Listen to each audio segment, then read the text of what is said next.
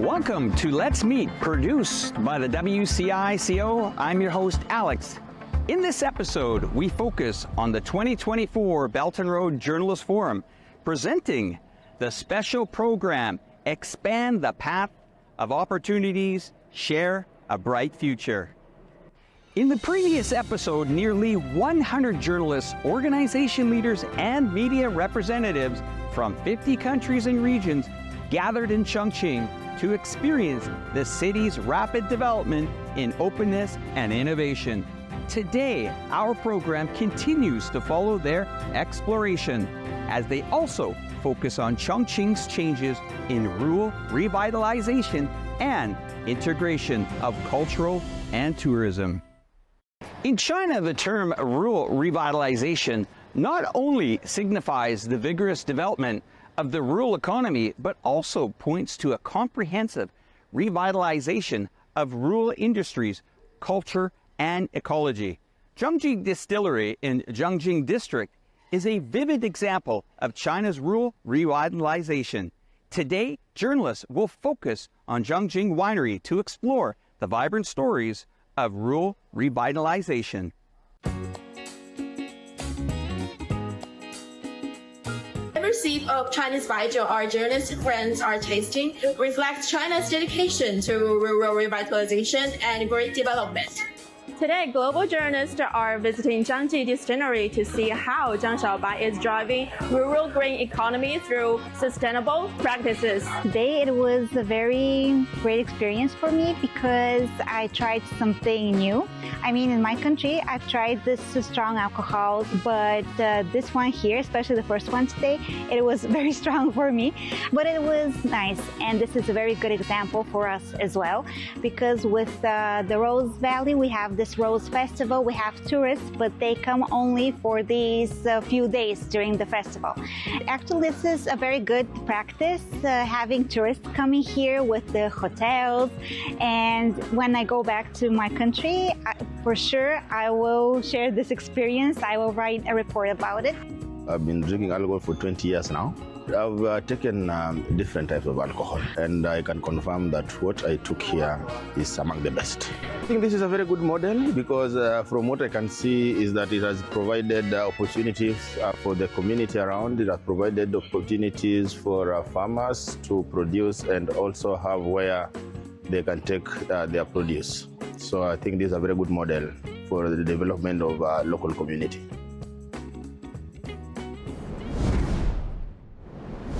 In Chongqing, embraced by two rivers, stories related to the water are inevitable.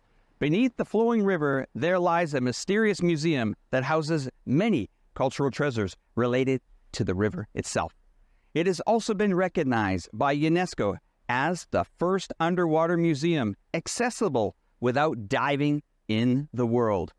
Follow us as we navigate to Chongqing Baihuliang Underwater Museum in the Fuling to listen to the ancient stories of the city and its rivers.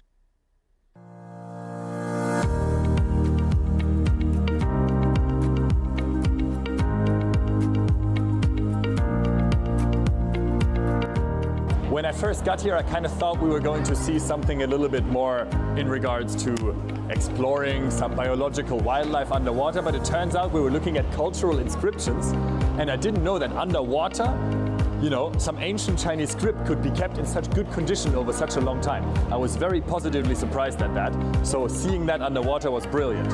I come from the town of Hamburg, so living right by the water side of an important river, and in our river I can guarantee you there's no inscriptions from a long time ago. So this is very unique in China, and I was very impressed by that. For me it was absolutely fantastic. It was a big surprise because it's absolutely how much money and how much manpower is China able to invest, such as to save some fantastic historical the place, and very surprising for me because it shows how interesting is the historic moments and the historic relics for the Chinese, and to save these historic moments because it's very interesting for the future to have this in your mind and to save it for the next generation.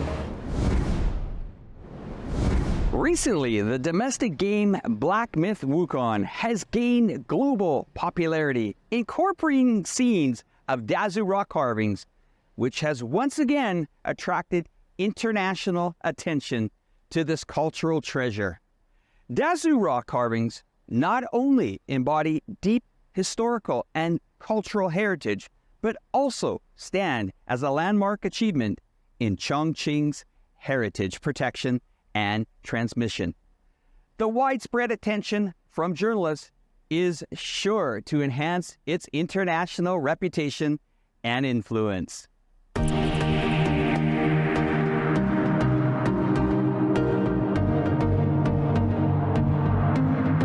everyone, behind me are the stunning Dazu rock carvings, Chongqing's only World Cultural Heritage Site. Today, we'll follow global journalists to see what experiences they uncover here. I'm very much impressed to see the rock carving in Chongqing. In Cambodia is a Buddhist country, so this is very attracting and it is very relevant to Cambodian culture, tradition and religion. So this is a way I believe that it will attract more Cambodian people coming to see, to view by their own eyes how the different image of Buddhism. I think media organizations play a crucial role in raising awareness about the preservation of world cultural heritage sites. Sri Lankan journalists, we are always promoting our sites.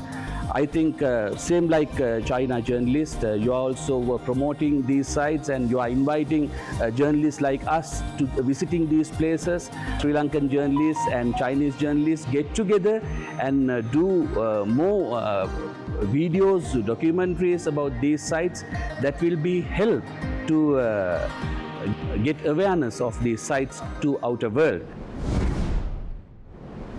Rongshan Ceramics, one of China's 4 famous ceramics, is renowned for its unique artistic charm and advanced pottery making techniques, holding a significant place in the history of Chinese ceramics. Next stop, journalists will focus on Rongshan visiting local ceramic studios to witness and experience the brilliant legacy of this ancient cultural treasure. What kind of pottery do you want to make? A cup, a teapot, or a vase? I'm in the Rongshan Pottery Craftsmanship Studio. And Rongshan Pottery is one of the China's 4 great famous potteries, and is also listed as a National Intangible Cultural Heritage.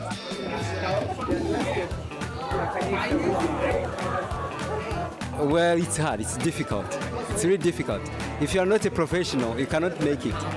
I've been a neighbor, I've tried 100 times, but I failed. But with the help, I think I can succeed. If I succeed to make my own cup, if they are done, I may take it home. Once the shape is complete, you can paint any design you like on it.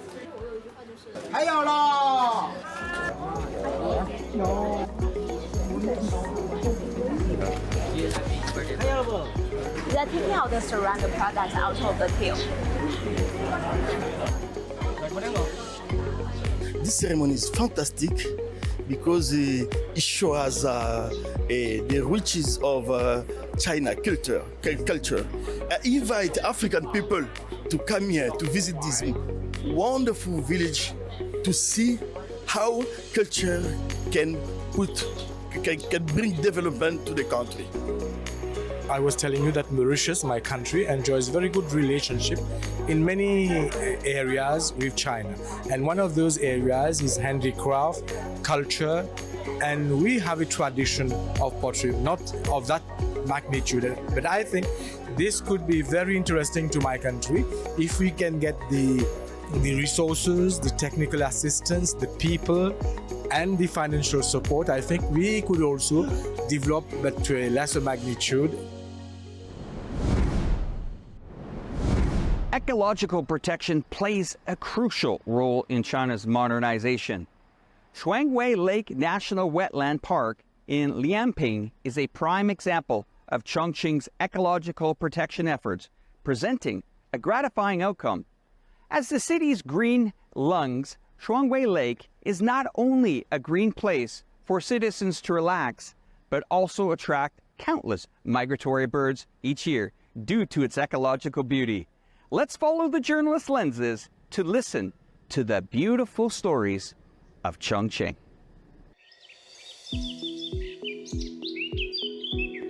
Listen, can you hear that?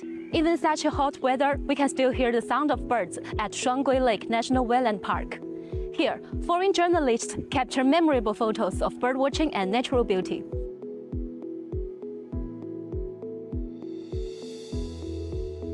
I'm very surprised and I'm very excited looking at this wetland in this region in Chongqing. I think a wetland like this, it provides a lot of benefit for the environment. What I have seen here is a preservation of nature for the betterment of the people and for people who are international tourists. They come here to see what we are seeing here today. I think they all love. The way you treat, the way you maintain this wetland is very fantastic. Maybe in many other countries it can be just like wetland. But in here, the way you treat this wetland, make it like a fantastic place for tourists like me, for people in the world to see the beauty of your nature. So I want to encourage the authorities to continue to maintain this place in high standard so that people who visit China will feel at home seeing this wetland city. It's a good development. I love it. While exploring rural revitalization and the integration of cultural and tourism, we also witness the city's modern and stylish landscape. Skyscrapers rise up, flyovers crisscross, and the night view dazzles. Journalists have not only documented the tranquility and the beauty of the countryside, but also captured the bustling and vibrant urban landscape, urban scene.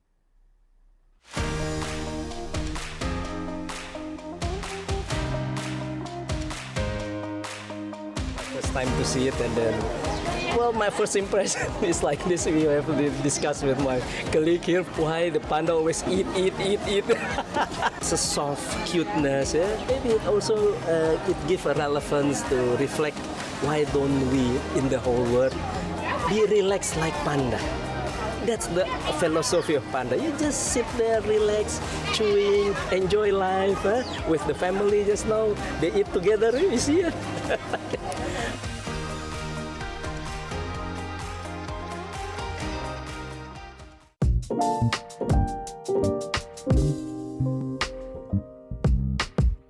Oh well, you know, it's amazing this trip. You know, I couldn't imagine we can see this view with a lot of lights, all the buildings completely lighted, buildings, towers, and the bridge. It's completely incredible.